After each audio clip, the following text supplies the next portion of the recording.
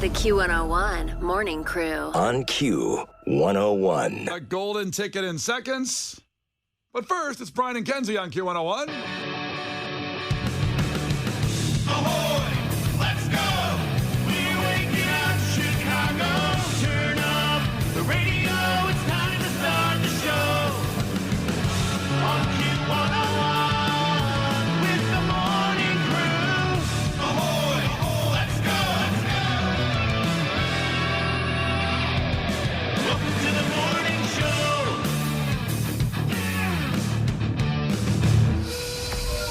Now is your chance to qualify for the golden ticket that gets you and a guest into every Q101 event for a year. Please don't text and drive. Standard message and data rates apply. Q101. Here we go. Let's do this. Text BAD to 312-591-8300. This is a text contest. Again, you're just joining us. The golden ticket just relaunched this week. One of the biggest things we do every year. One of the biggest things in Chicago radio every year. So this will be seeing Bad Omens at the Salt Shed, a sold-out show, Thursday, September 21st. Our friends at Jam helped us out with this, of course, and you're qualified for the golden ticket. So you get tickets to Bad Omens. If you will get through and get that, text BAD to 312-591-8300 right now and qualified for that golden ticket. So it's everything we do for a year, from Riot Fest to Riot Fest.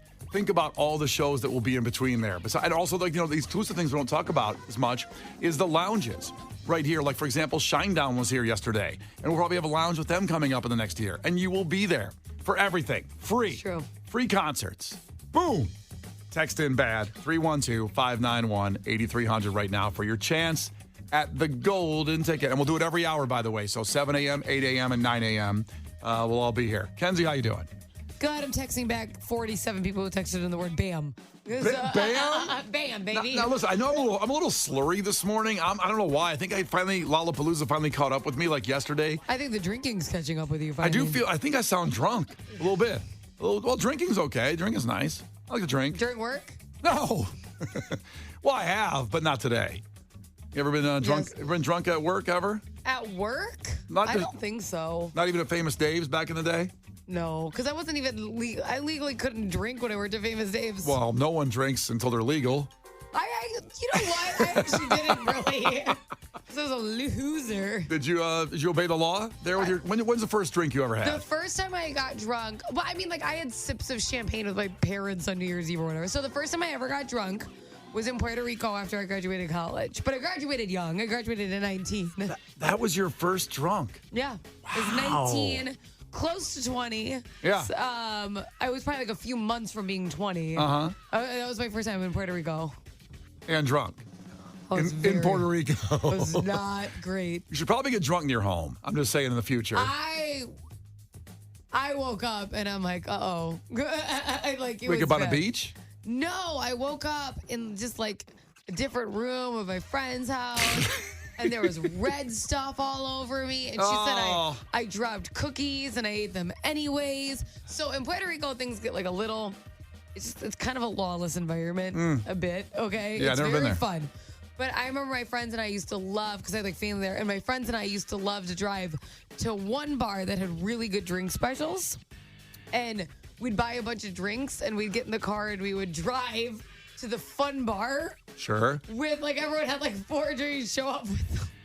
It was bad. It was bad decisions. Everyone's okay. Yeah, we're glad you're here. Glad you made it. Yeah, I think a lot of people can say the same thing about bad decisions when you've made them in your life. But I can't even explain it. It's just, it's a different setup there. Like, you'd never do that here. I don't know. You could never, listen, the fact that the bar let us walk in with 4 drinks each, think about that. It's a little loose. Right? Yeah. It's just different. I don't know. It's a different environment. All right, well, there we go. Now we learned a little bit more about Kenzie this morning and her bad decisions. Okay, first off, it was the first time. It was 19.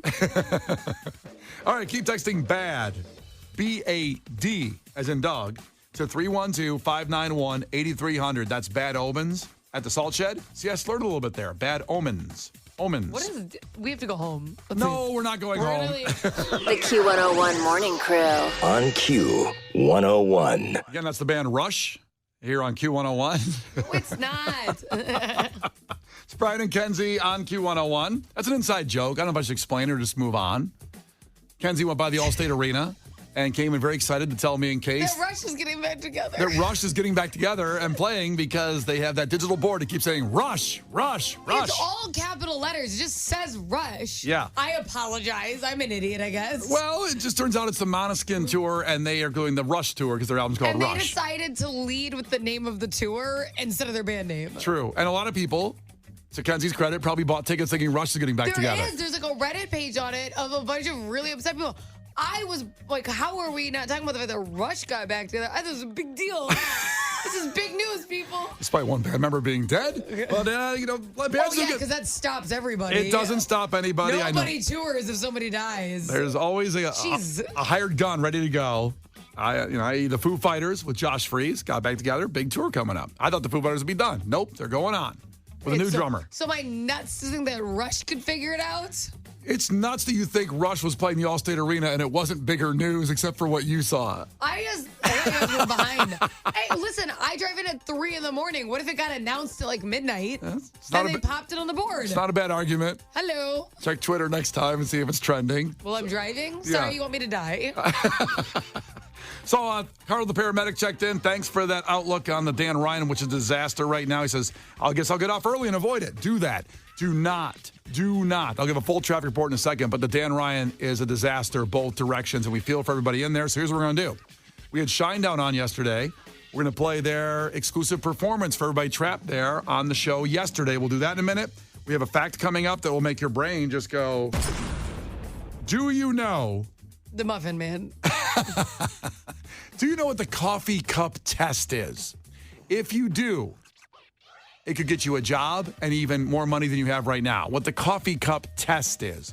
We'll tell you that in 6 minutes at 6:30. Also, if you missed the word for the golden ticket, that gets you a chance at free concert tickets that Everything Q101 does for an entire year. We'll give you that keyword again at 6:30. The Q101 Morning Crew. On Q101.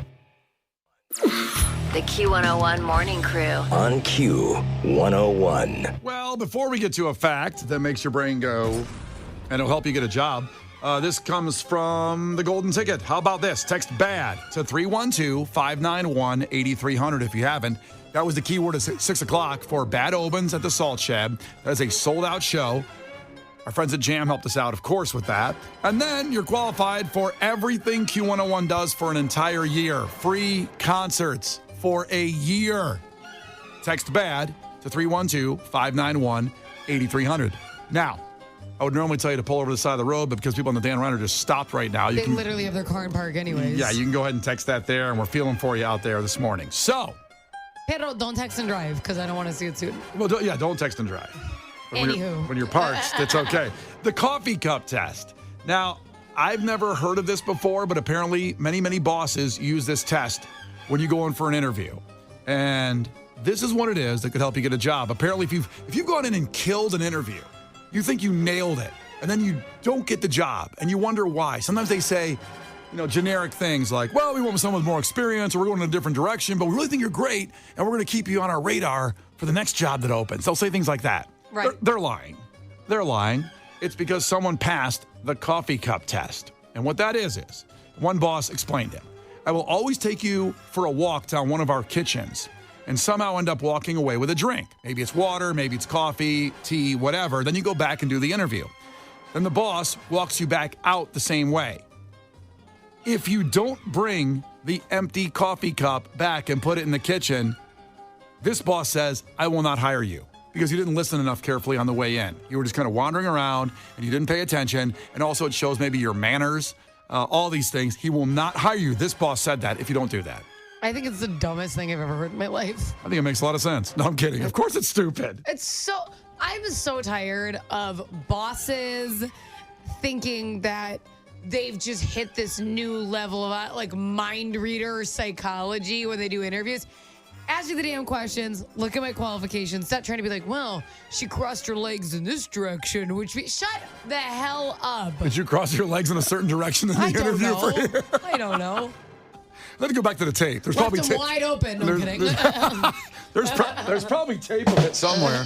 That interview. Jeez. No, but it's so annoying.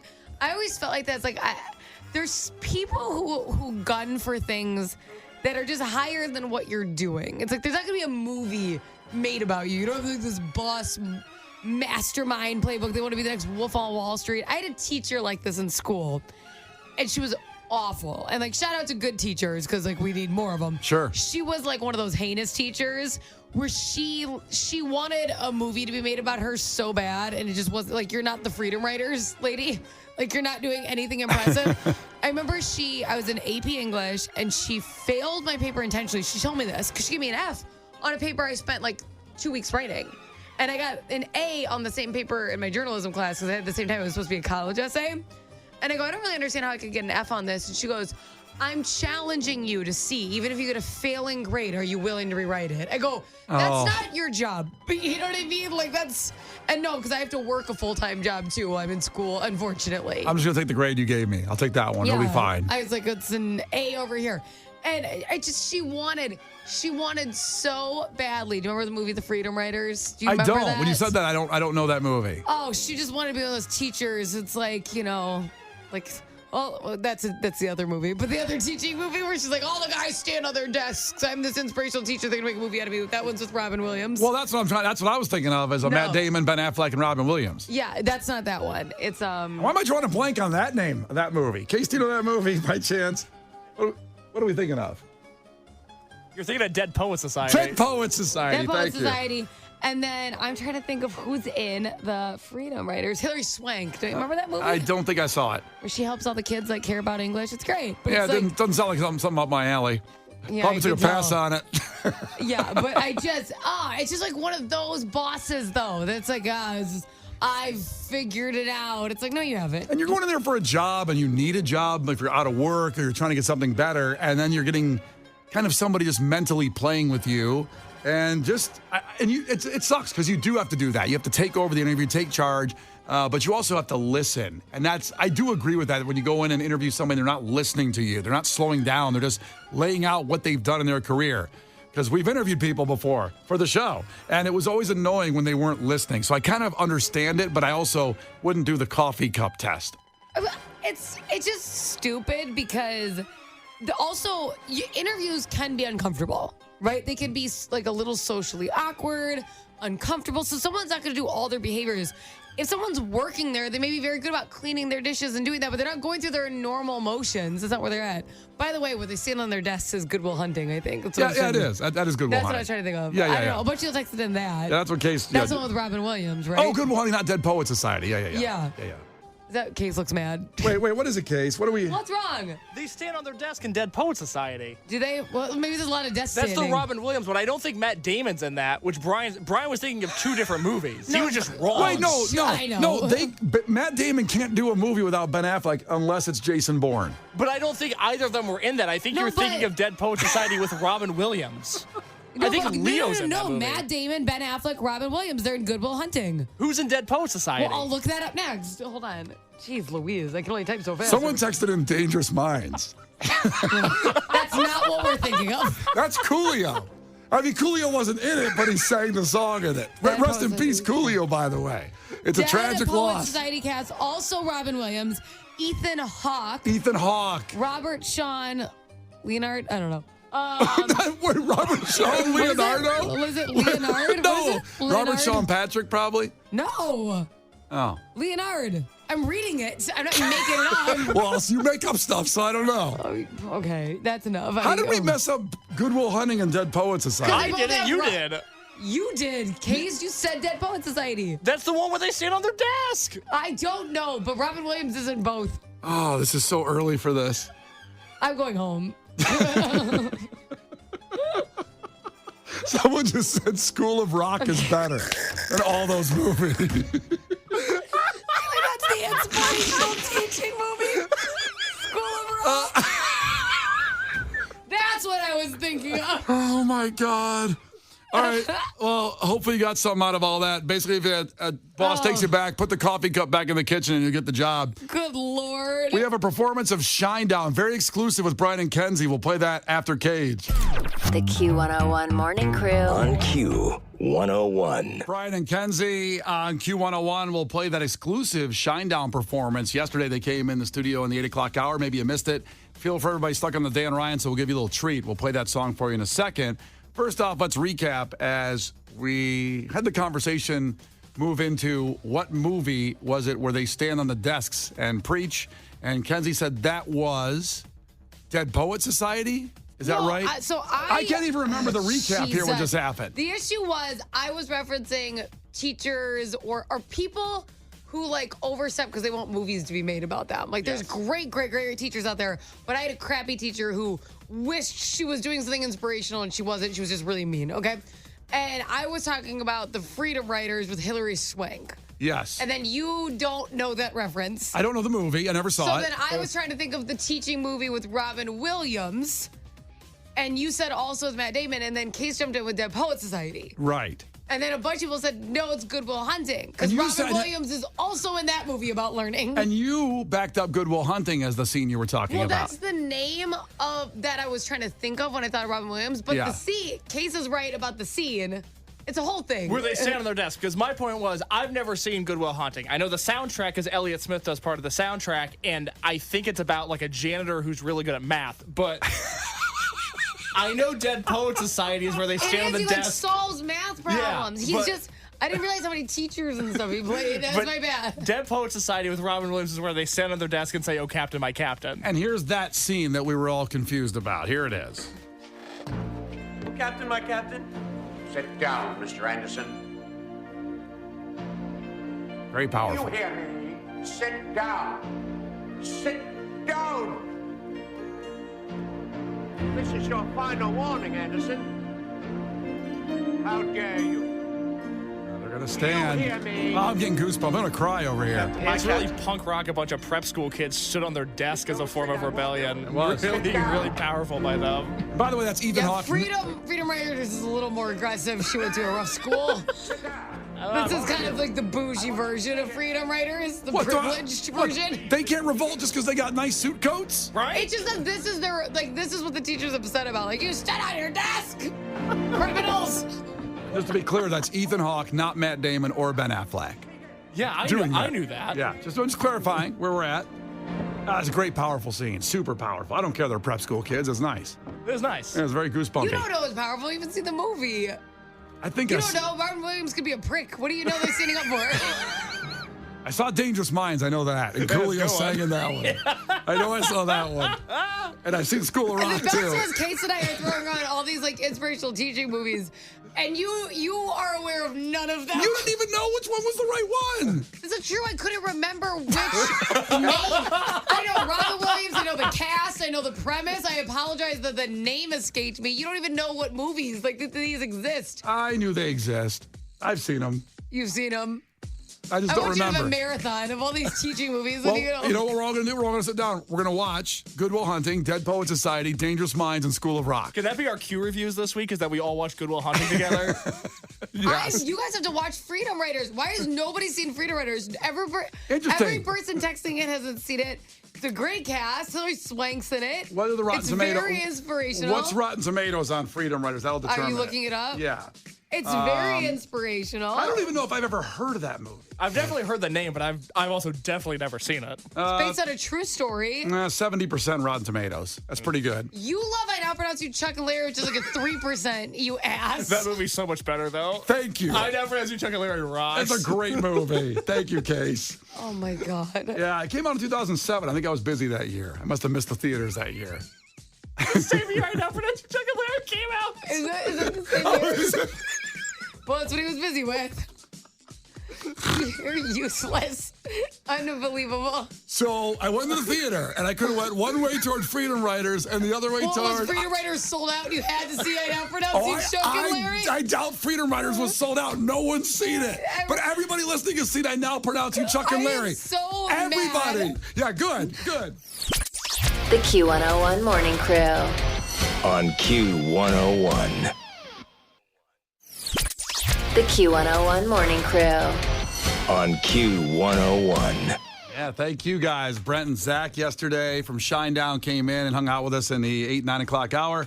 And man, what is great. Not only just great people, great interview, great conversation, and then great performances all there for you at Q101.com. Of course, the YouTube channel, our socials. You can see videos on it as well.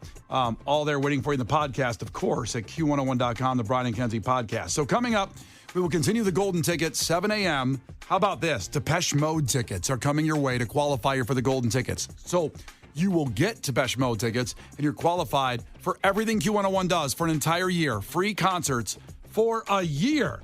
Are you kidding me? But in the meantime, before we get there, let's get to Gil Curtis and your headlines. This is not headline news. Elon Musk says he'll need surgery before he can fight Mark Zuckerberg. I didn't know they did spine transplants. Zoom is ordering its workers to come back to the office. It was the most ironic office memo of all time. Today is National Pickleball Day. From one player to another, have fun dinking in the kitchen while you play teeny tennis with a wiffle ball and a $200 paddle. And today is International Cat Day. Just an FYI, your cat will also celebrate it the other 364 days of the year. This is not headline news. The Q101 Morning Crew. On Q101.